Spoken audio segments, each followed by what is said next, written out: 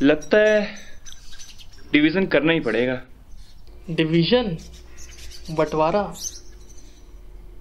पहले 1905 में, फिर 47 में।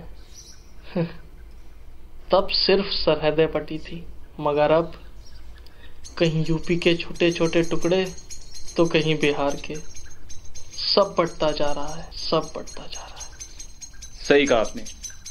अब आज वो लोग कहाँ रहे जिन्होंने अपने से ज्यादा देश की परवाह की, जैसे राष्ट्रपिता महात्मा गांधी। बापू ने बिना किसी इच्छा, बिना किसी स्वार्थ के देश की सेवा की।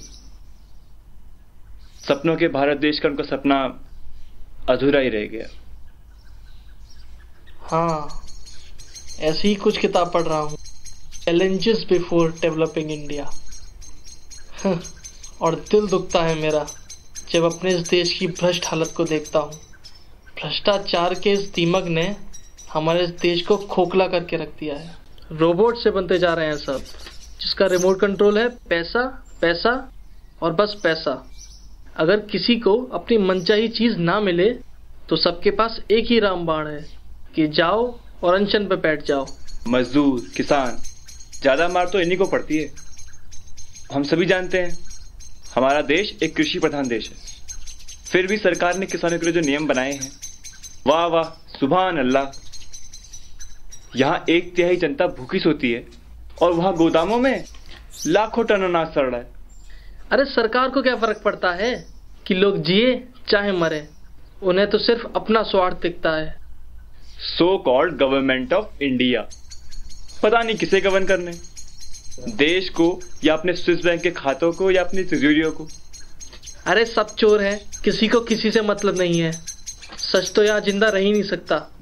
हाँ, नेशनल एम्बलम के नीचे लिखा होता है सत्यमेव जयते, लेकिन यहाँ तो सिर्फ जीत जरूरी है। सच हो या झूठ, बूथ कैप्चरिंग करके मिले या फिर किसी का गला काट के। अरे इन लोगों को चुनती भी तो देश की जनता है। लैक ऑफ नॉलेज, इग्नोरेंस, अज्ञानता। अंधे चुनेंगे तो और क्या होगा? 15 अगस्त, 26 जनवरी या किसी शहीद की शहादत की खबर सुनकर ही शायद हमको अपना देश।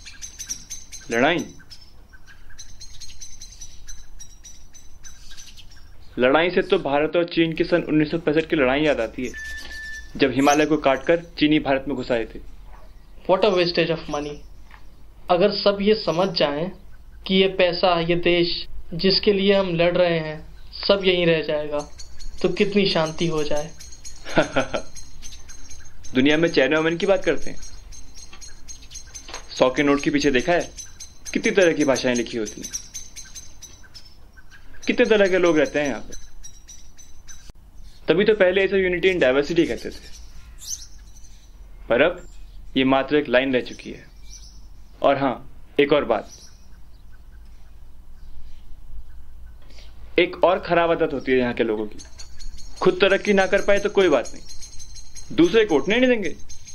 यहाँ लोग अपने दुख से दुखी नहीं, दूसरे के सुख से दुखी हैं। हाथ से हाथ मिला के चलने को कोई राजी नहीं है।